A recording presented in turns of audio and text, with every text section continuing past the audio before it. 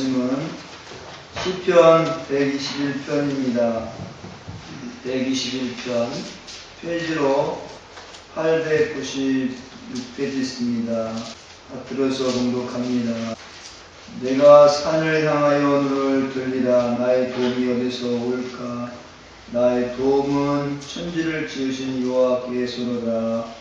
여호와께서 너를 실족하지 아니하게 하시며 너를 지키시는 이가 졸지 아니하시리로다. 이스라엘 지키시는 이는 졸지 아니하시고 주무시지도 아니하시리로다. 여호와는 너를 지키시는 이시라. 여호와께서 내 오른쪽에서 내 그늘이 되시나니 낮에 해가 너를 상하게 하지 아니하며 밤의 달도 너를 해치지 아니하리로다. 여호와께서 너를 지켜 모든 환난을 면하게 하시며 또 내 영혼을 지키시리로다. 여호와께서 너의 출입을 지금부터 영원까지 지키시리로다. 아멘.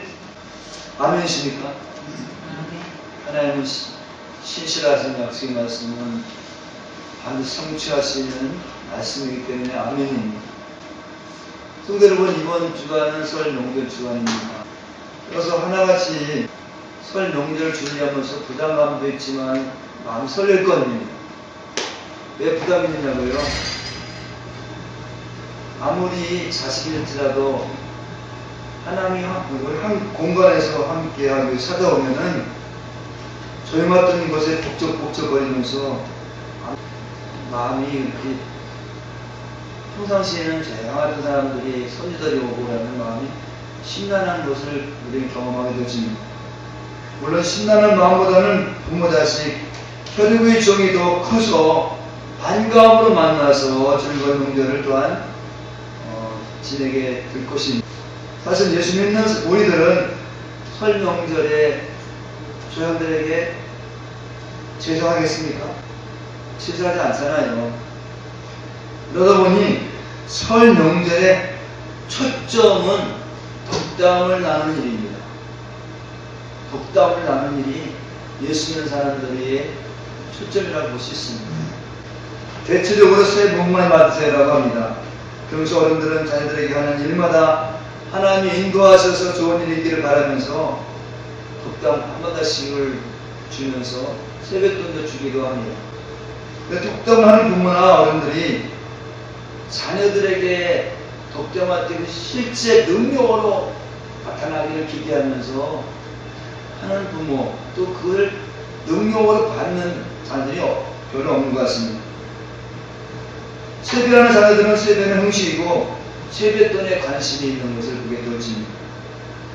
그러면서 어른들이 하는 덕담은 그냥 하는 얘기다 라고 하면서 세뱃돈에만 좀 집중되어 있는 것을 보게 됩니다. 이런 이유 때문에 덕담은 말에 불과하고 단지 기분을 좋게 할 뿐인 것입니다. 하지만 명절 주간에 확실한 덕담을 주는 말씀이 있습니다. 확실하게 우리에게 소망을 주는 덕담의 말씀인데요. 이 덕담의 말씀을 천지를 지으신 하나님께서 주신 말씀입니다. 천지를 지으신 하나님께서 우리에게 확실하게 덕담을 주신 말씀이거든요. 그 하나님은 천지를 만들어 놓고 가만히 계신 분이 아니라 지금도 우주 만물을 하나님 뜻 가운데로 다스리시는 겁니다. 비를 줬다가 안 줬다가 춥게도 하셨다가 덥게도 하셨다가 또 구름을 움직여서 또 이렇게 곡식들에게 또 자라기도 하기도 하고 또 곡식들 메말리게 하기도 하고 지금도 하나님께서는 가만히 계신 분이 아니라 지금도 하나님 자신의 계획대로 이끄신 분이십니다. 이 하나님 말씀이 확실한 덕담입니다. 능력 있는 덕담입니다. 오늘 이 확실한 덕담이 모든 사람에게 주시는 말씀 아닙니다. 모든 사람에게 해당되는 말씀이 아닙니다.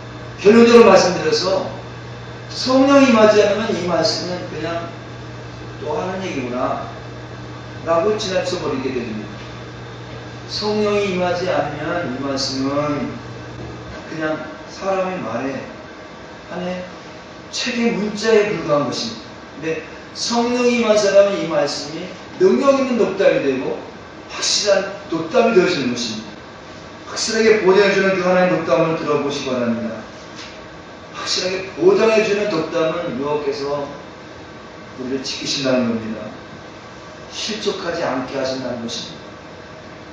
우리를 지키시는데 졸지도 아니하시고 지키신다는 것입니다. 그리고 우리 오른편에 서서 그늘이 되게 하신다는 것도 말씀하는 겁니다. 오른편 신을 상징하잖아요. 그늘은 시원함을 주신 거잖아요. 그 능력의 주님이 우리 오른편에 있어서 그 우리를 시원하게 하시는 게 인도하신다는 것입니다. 얼마나 확실하게 지키시냐면 낮이 해가 상치 않게 하시고 밤이 날도 상치 않게 하신다는 말씀입니다. 확실하게 우리를 지키신다고 쐐기를 막는 말씀입니다. 또 모든 환난을 면하게 하시리라. 그리고 우리 영혼을 지키신다는 말씀입니다. 그것도 영원까지 지키신다는 말씀입니다. 이분은 말씀으로만 계셨던 분이 아닙니다. 이분은 말씀을 성취하시려고 하나님 자신이 인간의 몸을 입고 이 땅에 오신 분이십니다. 그분이 예수 그리스도이십니다. 그분은 하나님의 말씀을 온전히 성취하시려고 이 땅에 오셨습니다. 온전히 성취하셨음을 온 세상에 나타나시려고 죽음에서 부활하셔서 많은 사람들에게 나타나셨습니다. 그리고 성취하셨습니다. 죽음에서 부활해서 성취하신 그분을 온 세상의 주인이라고 하는 것입니다. 온 세상의 주님이라고 하는 것입니다. 이 주님은 무엇을 하셨을까요? 이 주님은 이 땅에 무엇하러 오셨을까요? 실족당한 인간을 다시 세우시기 위해서 오셨습니다. 넘어진 사람들을 다시 세우시기 위해 오셨습니다. 잘못한 넘어진 인간을 하나님 뜻으로 세우시기 위해서 이 땅에 오셨습니다. 인간이 무엇을 잘못했을까요? 잘못한 것은 따먹지 말라는 선악과를 따먹은 것이 그것이 잘못인 것입니다. 선악과를 따먹은 것이 죄입니다. 이 죄로 인해서 사망이 왔습니다. 이 사망의 의미는 이제 하나님과 관계 끊어서 하나님으로부터 도움을 받을 수 없다라고 하는 것입니다. 하나님과 인간이 서로 독립적인 개체라는 것입니다. 독립하면 뭐 좋을 것 같은데요. 우리 사람은 하나님께서 지으신 분이시기 때문에 그 하나님의 사랑 안에 그 하나님의 품 안에 있어야 우리는 형통하고 또 우리는 복된 삶을 살아가는데요. 관계가 끊어졌다라고 하는 것은 하나님의 돌보심이 없으면 우리보다 더 센 마귀가 우리를 지배하게 되어지는 것입니다. 하나님 안에 있어야 온전히 우리는 삶을 살 수 있는 것입니다. 근데 인간은 마귀의 꼬임에 빠져서 선악과를 따먹고 말았습니다. 이 결과 인간은 누구나 영원히 살지 못하고 죽어야 하는 것입니다. 죽고 나면 이들은 하나님 심판으로 인해서 영원한 벌을 받아야 되는 것입니다. 영원한 벌. 영원한 벌. 그 끝내고 싶어도 끝낼 수 없는 영원한 벌입니다. 우리 한번 죄를 졌으면 용서받고 끝낼 것 텐데 영원히 끝낼 수 없는 벌을 받게 되는 것이 누가요? 선악과를 따먹었던 모든 인간들은요. 그렇습니다. 이런 사람의 특징은 하나님의 관계가 끊어지기 때문에 자기가 주인인 것입니다. 원래 인간은 누가 주인이었습니까? 창조주 하나님이 주인이었습니다. 근데 마귀의 꼬임을 받아서 선악과를 따먹은 난 후에 자기가 주인처럼 보였습니다. 자기가 주인이고 자기가 왕이고 자기가 신이 되려 했습니다. 그래서 조금만 사람들 신이 있으면 이렇게 하라고 저렇게 하라고 재판하게 되고 판단하게 되게 되고 그리고 또한 근데 그건 누구한테 유혹을 받았습니까? 마귀한테 유혹을 받아갖고 선악과를 따먹으면 너도 심취한 듯이 있다라고 하는 근거를 해서 자기가 주인이라고 주장하는 겁니다. 내가 주인이라고 주장하는 것은 마귀가 그렇게 한 얘기를 근거로 해서 마귀가 한 얘기는 뭐냐면 내가 너 심취한 듯이 있다 라는 근거로 해서 그래? 그럼 나도 한번 주인 왕 되어봐야 되지 내가 한번 신을 한번 되어봐야지. 그래서 내가 힘이 있고 능력이 있으면 그렇게 또 하나님 나라에 인도하시는 걸로 착각을 하고 있는 것입니다. 그러면서 자기 마음에 안 맞으면 책망하고 벌 주게 되어지게 되고, 자기 마음에 맞으면 상을 주는, 사실 하나님께서 지은 인간은 에덴 동산에서 하나님께서 풍족한 걸 마련해놓고 필요한 대로 먹으면서 하나님 고맙습니다, 나에게 이런 것을 주시니 감사합니다 라고 하면서 살아갈 인간이 원래 하나님 창조하신 인간입니다. 이 땅에 하나님께서 에덴 동산을 만들어 놓고 하나님 우리를 아들처럼 이렇게 봐서, 딸처럼 봐서 필요한 것을 다 만들어 놓고 이렇게 필요한 대로 이렇게 주셔서 그걸 날마다 하나님께 주신 것을 그냥 받아 먹으면 되는 그런 상황인데요. 선악과 따먹으로 말미암아 그런 사고방식이 바꿔졌습니다. 이젠 내가 주인 돼서 내가 뭐를 자꾸 만들어 가야 되는 것입니다. 내가 개척해야 되는 것입니다. 어디까지요? 하나님 자리까지. 하나님 자리까지 내가 만들어 가려고 하는 것이, 그것이 우리 사고방식인데, 그것이 원래 하나님께서 만드신 인간의 사고방식이 아니라고 하는 것입니다. 이런 일들은 마귀에 홀딱 속아서 인간이 마귀에게 지배 아래 깊이 있어서 나오는 사고방식인 것입니다. 사실 인간은 자기를 창조하신 하나님 신뢰하지 못하고 거짓 마귀 편에 넘어가서 온 사고방식인 것입니다. 이 결과 하나님 약속대로 이스라엘에서 택한 사람들을 심판하셨는데 그 심판이 죽음인 것입니다. 그 죽음은 1차 죽음은 하나님 관계 끊어진 거고, 2차 죽음은 또 정말 숨이 끊어지는 죽음인 것입니다.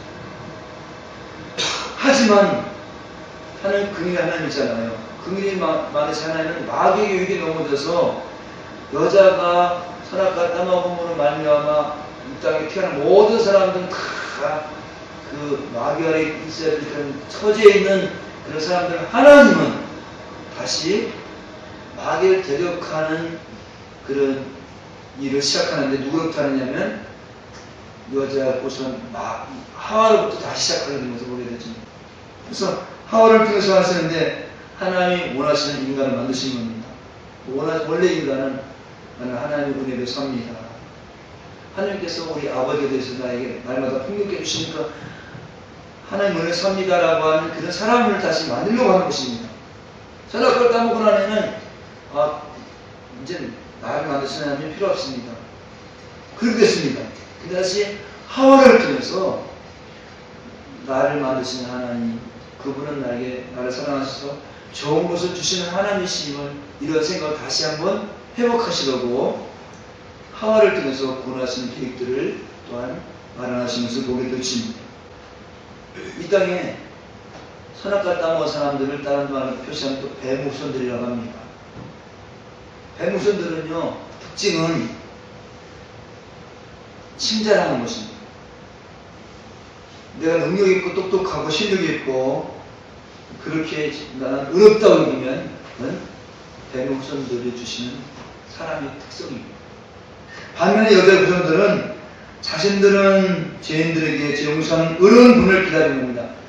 나는 죄인에게 어려운 분을 기다리는 것입니다. 그래서 어려운 분이 오심으로 말미암아 우리는 다시 천국을 갈 수 있고 이 땅에서도 복된 하나님을 할 수 있다. 이런 사람들은 늘 긍휼을 구하는 사람들인 것입니다.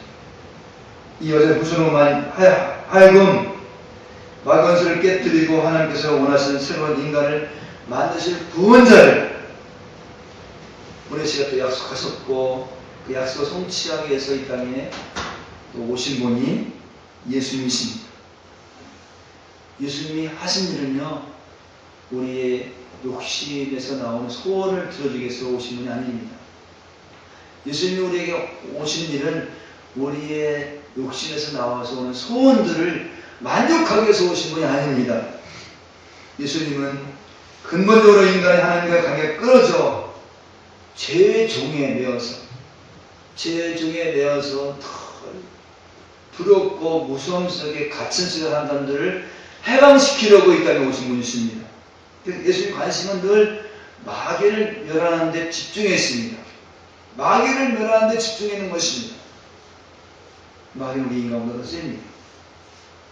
마귀가 하는 일은 하나님의 영광을 가리는 것입니다. 하나님 말씀을 불신하게 하는 것입니다. 하늘에서 오신 예수님이 구원자가 아니다라고 속게 만드는 것입니다. 그래서 내 말을 들으면 돈 줄게, 내 말 들으면 부귀와 영화를 줄게 라고 마귀는 이렇게 하는 것입니다. 물론 마귀는 예수님, 하늘에서 인간의 몸을 입고 오신 예수님도 유혹하였습니다. 마태복음 4장에 보면 40일 금식 끝난 후에 돌을 가지고 또 만들어 보라고 이렇게 유혹했고요. 또 나 한번 저라면 내가 부귀와 시장 권리를 다 줄게라고 유혹했고요. 또한 성전의 꼭대기에 올라가서 떨어져 한번 떨어보라, 내려가보라, 그런 천사가 받을 것이라고 그렇게 유혹했고요. 하지만 예수님은 하나님 말씀으로 마귀를 물리쳤고 십자가상에서 마귀를 온전히 지배하고 장악하셨습니다. 마귀 들리는 사람들을 33년 동안 예수 말씀드린 용서하는 일을 하셨고, 마귀 들리는 모든 사람들을, 귀신 들린 사람들을 구하는 일을 하셨습니다. 이것이 예수님이 하신 일입니다. 성도 여러분, 끊임없이 우리에게 인간에게 넘어지게 하는 누가 있을까요? 우리를 넘어지게 하는 것은 사실 마귀입니다. 그 마귀는 인간을 향해서 내가 행하는 일이 옳다고 이렇게 자꾸 부추겨냅니다. 내가 행하는 일이 옳다, 내가 행하는 일이 옳기 때문에 돈이 있고 지식이 있고 똑똑하면 축복이고 그것이 능력이다 라고 이렇게 유혹하는 것입니다. 자기 자신이 많이 가지고 있는 것이 선한 욕심이라고, 그렇게 많이 가지고 있는 것이 선한 욕심이 아니냐, 당연한 말이 아니냐라고 이렇게 또 믿게 하는 것이 마귀가 하는 것입니다.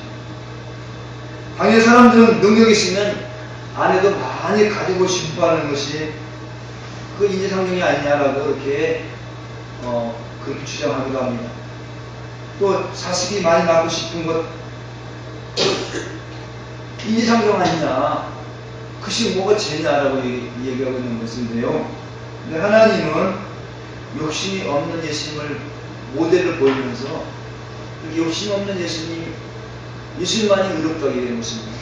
많이 가지고 많이 얻고 많이 쟁취하려고 하는 것이 예수님이 포기하고 버리고 죽으러 오신 것에 비해 대체라는 얘기입니다.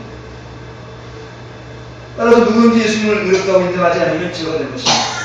누구든지 예수님을 주인이라고 인정하지 않으면 죄가 되는 것입니다. 그런데 마귀는 가난하고 오셨고 연약으로 오신 예수님을 우리 인도자가 될 수 없다고 이렇게 속이는 것입니다. 성경은 오직 예수님 우리 인도자라고 고백하고 그분을 의지하고 산다고 하는 것입니다. 우리 자신들 각자가 이 시간을 개척하여 하늘까지 올라가는 것이 진리라고 마귀는 유혹합니다. 이 생각이 너무 깊이 우리 속에 생각이 깊이 뿌리 박혀 있습니다. 우리 생각의 힘으로 능력으로 복을 만들 수 있고 우리 인간의 능력과 힘으로 정말 안 되고 되게 할 수 있다 라고 하는 생각이 깊이 상상할 수 없는 정도로 정말 깊이 박혀있는 것을 보게 되었습니다. 그래서 웬만큼 끄떡지 않게 되어집니다. 그래서 하나님은 우리 심령을 바꾸기 위해서 고난이라는 도구를 사용하신 것입니다. 이 땅은 마귀가 이끄는 대로 되는 것이 아니라 하나님 인도하신 대로 되었습니다. 하나님께서 보여주신 십자가로 인해서 이 땅이 이루어지고 있음을 성경은 말씀해주고 있습니다. 이 땅 오신 예수님이 완벽하게 마귀를 제압하고 이 세상을 자유케 하려고 십자가에서 싸우셔서 승리하셨습니다. 승리함으로 말미암아 죽음에서 우리는 이기는 것입니다. 예수님이 승리해서 불의해서 이긴 것입니다. 예수님만이 옳다고 여기는 것이 하나님의 의입니다. 예수님이 옳다고 여기는 것이 하나님의 의입니다. 근데 세상 사람들은 예수님도 옳고 인간도 옳으니까는 예수님도 믿고 사람들이 만드는 수단과 방법도 인간의 머리에서 나오는 경도 믿고, 그것이 우리 세상 사람들의 사고방식인데요. 예수님은 오직 예수님만이 의롭다고 여기는 것입니다. 하나님은 오고 세대 속에 졸지도 않으시고 뭉치도 않으시면서 우리를 지키시기 위해서 성령님을 보내셨습니다. 성령님은 예수님을 증거하는 영이십니다. 예수님 우리를 괴롭게 하는 마귀를 때려 눕혔다는 복음을 믿게 하신 것입니다. 마귀를 물리셨다고 하는 복음을 믿게 하시기 위해서 성령이 오셨습니다. 이 성령이 시간과 공간을 초월해서 멸망으로 인간은 마귀를 이기신 분이십니다. 인간을 못 믿고 계셨던 예수님은 시간과 공간을 제어했잖아요. 인간을 못 믿고 계셨던 예수님은 그 갈릴리 동네에서만 귀신 쫓아냈지, 한꺼번에 모든 사람들을 귀신 쫓아내지 못했습니다. 근데 성령이 오심으로 말미암아 이제는 어디서 누구든지 마귀를 이길 수 있는 길을 마련하셨는데, 성령이 오셔서 이제는 그 성령이 오심으로 말미암아 예수님을 믿는 사람들은 일순간에 마귀가 떠나게 되고 일순간에 예수님이 죄용서를 받게 되시는 그런 일들을 성령께서 오셔서 하신 일입니다. 우리가 예수를 믿는다는 것은 죄용서하신 마귀를 이기시면서 영생으로 인도하시는 그런 구원자가 우리 가운데 오셨다고 하는 것을 믿는 것입니다. 성령 오지 않았으면 그 말씀은 옛날에 예루살렘에서 있었던 일이라고만 그렇게 믿어지는 것입니다. 확실하게 더 말씀드려서 예수님이 하신 일을 믿는 것이 성령께서 하신 일입니다. 이것을 성령 받았다고 하는 것입니다. 성령 받는 것이 굉장히 중요합니다. 제가 맨 처음 말씀드렸는데요. 성령 받지 않으면 이 말씀은 그냥 문자에 불과합니다. 근데 성령 받은 사람은 예수님을 믿는 것을 보증해 주는데요. 이런 사람은 또 하나님 자녀로 하는 것입니다. 성령 받은 사람 하나님 자녀로 하는 것입니다. 교회에 나와서 예수님을 내가 믿는다고 주장하는 것은 하나님 자녀라고 확실하게 보장 못 받습니다. 근데 성령이 우리 가운데 오셔서 인을 쳐준 사람은 누가 나를 모함하고 누가 나를 때리고 누가 나를 또 핍박하고 그래도 나는 그 하나님 믿노라고 그런 사람들이 바로 하나님 자녀인 것입니다. 이런 자녀들이 모인 것이 교회입니다. 근데 교회 안에는 성령이 오셔서 우리 심령 가운데 예수님의 죄 용서하시는 죽기까지 우리를 사랑하시는 주님이라고 믿지 못한 사람도 있는 것입니다. 이런 사람들은 내가 필요해서 하나님 믿는 겁니다. 내가 필요해서 하나님을 의지하는 겁니다. 이런 사람들에게는 여전히 마귀의 지배 아래 있는 것입니다. 이런 사람들은 오늘 하나님 주시는 시편에 있는 말씀이 능력 있는 덕담으로 우리의 삶을 이끄지 못하게 된 것입니다. 그냥 옛날에 이스라엘 백성들에게 주셨던 말씀으로만 여기는 겁니다. 옛날에 이스라엘 백성들에게 주셨던 말씀만. 근데 성령이 임한 사람은 이 말씀이 정말 우리 가정을 나를 지키시고 모든 환난을 면하게 하신다는 그 말씀이 점점 믿어지게 되고, 그리고 정말 환난이 와도 크고자 풍랑이 와도 그 풍랑을 내가 해결하는 것이 아니라 주님이 해결해 주시는 것이 실제로 보여지고 느껴지고 알게 되어지는 것입니다. 성령 받은 사람들은 하나님이 우리 마음에서 밤낮을 지키시는 하나님이 믿어지고 보여지고 경험되어지는 것입니다. 특별히 마태복음 28장 20절에 있는 말씀, 하나님 함께 하시는 예수님이 세상 끝날까지 항상 영원히 함께 하신다는 말씀이 확 믿어지는 것입니다. 그래서 아무것도 염려하지 않게 되어지는 것입니다. 오늘 순간순간 마귀가 영물이라 해서 우리 생각을 거짓으로 채워놓기에 기도하고 간구하며 살게 되십니다. 지난번에 우리 지난 주간에 함해제일교회에서 재림연합 수련하면서 최일도 목사님들 말씀하셨잖아요. 아무것도 염려하지 말라. 아무것도 염려하지 말라는 사람이 있습니다. 어떤 사람이 염려하지 않습니까? 성령께서 우리 가운데 오셔서 예수님의 주님이라고 깊이 박힌 사람은 정말 아무것도 염려하지 않습니다. 그 아무것도 염려하는 사람을 그 최혁동 목사님이 자기 어머니를 비유했잖아요.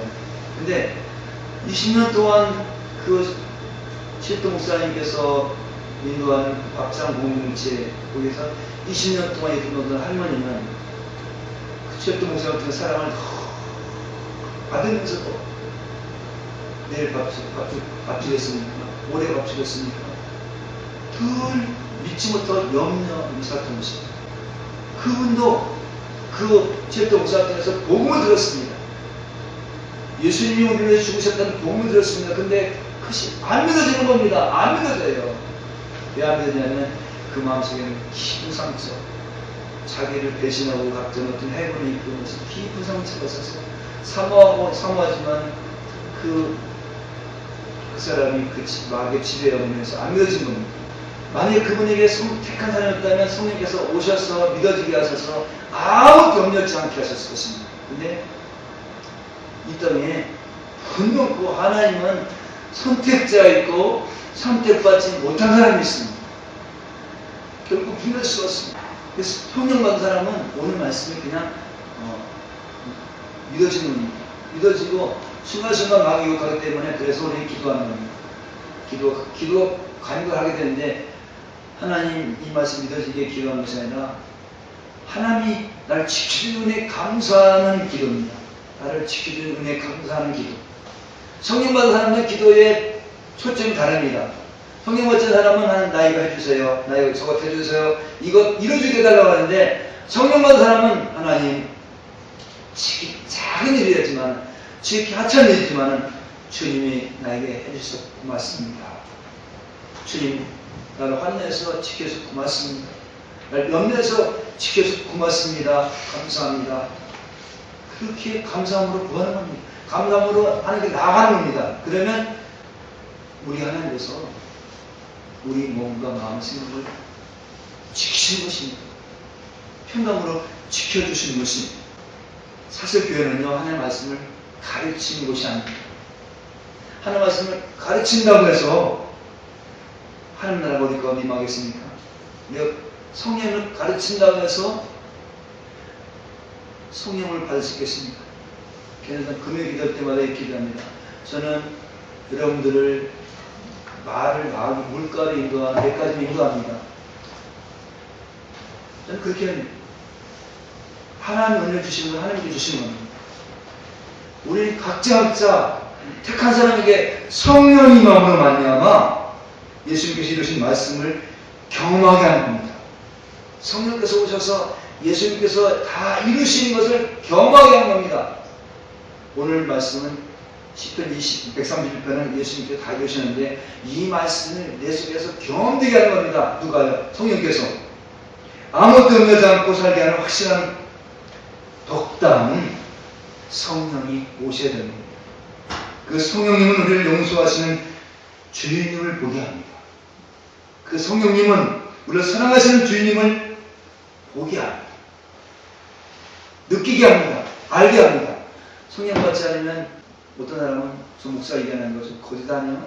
뻥 튀는 거 아니야? 근데 성령 받은 사람은 우리를 용서하신 예수님을 보게 하고요. 알게 하고요. 우리를 섬기러 오신 예수님을 주인님으로 나를 섬기시는 분은 지금 내 안에서 일하시는구나. 나를 용서하시는 분은 내 안에서 일하시는구나. 내가 배려가 나오면 내 안에서 배려하시는 예수님이 나오시는구나라고 느끼게 하고 깨닫게 하는 것입니다. 예배는 한 주간 동안 우리 안에 계신 성령님이 마귀와 싸우셔서 예수님 이루신 사랑을 우리 안에서 이루셨다고 서로 고백하는 시간이 예배입니다. 목사가 주님이 사랑케 하셨다고 선포하는 성령으로 인도받은 사람들은 이제 맞습니다라고 같이 아멘 동의하는 것입니다. 이것이 하나님의 백성입니다.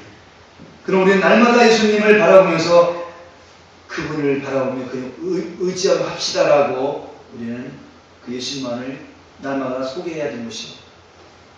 목사 성령 말씀을 가지고 그렇게 풀어내야 하는 것입니다. 그리고 오늘 성도들도 성령 인도하심을 따라서 주님이 지키셨다고 화답해야 하는 것입니다. 이제 말씀 마치고자 합니다.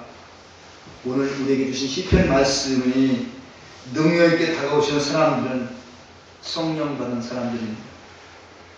성령이 인도하심을 따라하는 사람들입니다.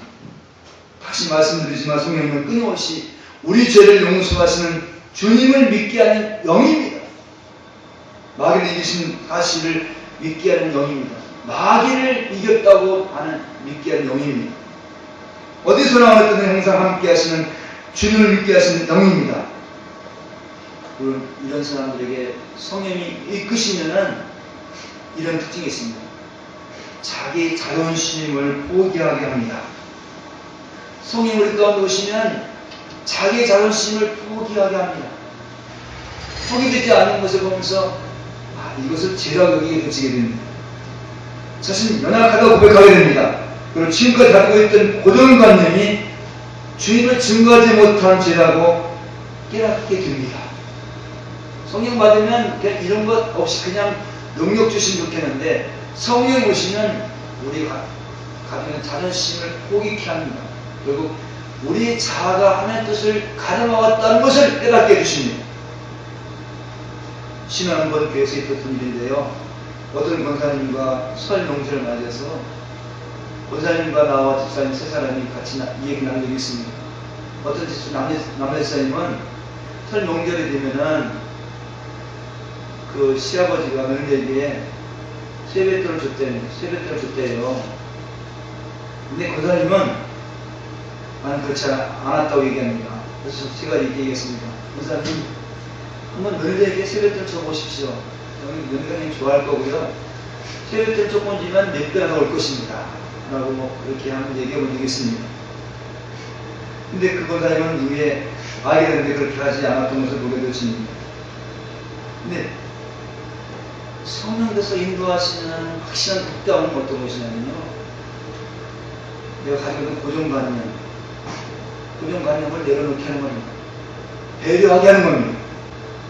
결국 예수는 잘 믿으라고 하는 건데 예수는 잘 믿으라는 이유가 뭐? 한마디로 잘 믿으라는 것이 배려입니다. 잘 믿으라는 것이 내가 가지고 있는 기독권을 포기하는 겁니다. 자기 자존심을 내놓는 일입니다. 용납하는 일입니다. 우리 안에 계신 하나님은 항상 함께 하시면서 우리를 용납해 주시니까 그렇습니다. 그리고 우리를 친구로 배려해 주시기 때문에 그렇습니다. 우리를 자녀로 예수님은 날마다 배려해 주기 때문에 그렇습니다. 이제 부모들이 자녀들 만날 때 자녀 입장에서 생각하고 배려하면서 지낸다면 돈 몇 푼을 주는 세뱃돈보다 훨씬 더 큰 것을 주실 것입니다. 그러기 위해서는 우리는 지금 내 주장이 옳았다고 여기는 고정관념이 이것은 잘못이라고 깊이 인식해야 됩니다. 그리고 그런 것을 용서해 쓰라고 하나님께 긍휼을 구하는 시간이 필요합니다. 내 자존심 때문에 우리 가족이 힘들게 됐다는 사실을 성령께서 깨닫게 하는 사람들은 이번 명절에 가족들에게 좀 확실한 독담을 줄 것입니다. 그 확실한 독담은 네 안에는 예수 생명에서 나오는 독담입니다. 독담은 사람을 살리는 독담입니다. 그 독담은 배려하고 용납하는 것입니다. 명절 기간 동안에 아무것도 말하지 않고 그냥 배려해주고 그리고 용납해주고 이해해주고 그렇게 지내면 자녀들에게 정말로 큰 것을 주시는 그런 세뱃돈이 될 것입니다. 기도하시겠습니다. 하나님 아버지, 오늘 우리에게 용기를 주고 새심을 주는 하나님, 말씀은 졸지도 않으시고 주무지도 않으시고 지키신다고 하는 말씀입니다. 그 하나님의 약속을 훔치하시기 위해서 이 땅에 오셔서 당신 자녀 다 희생하시면서 마귀를 멸망시키면서 우리를 온전한 길로 인도하시는 귀한 복된 길로 인도하셨습니다. 예수 생명이 우리 가운데 있으면 정말 아무 데 없지 않게 되어지게 되고 그리고 그 하나님 우리를 지키시는 사실이 믿어지고 그래서 우리는 승리 삶으로 또한 자녀들에게 이제는 아무도 염려하지 않기 때문에 배려하게 되고 또한 이해하게 되어지게 되고 용납하게 되어지면서 정말 즐거운 명절이 되게 하실 줄 믿습니다. 주님, 우리 것이 포기되는, 내가 포기되지 않은 것 때문에 내가 훔쳐주고 아픔이 없다면 다시 깊이 깨닫게 되어지며 예수의 피로 용서받고 우리 생각과 우리의 마음들이 바꿔져서 다가오는 우리 가족들을 따뜻하게 맞이할 수 있는 마음들을 우리에게 허락하여 주시옵소서.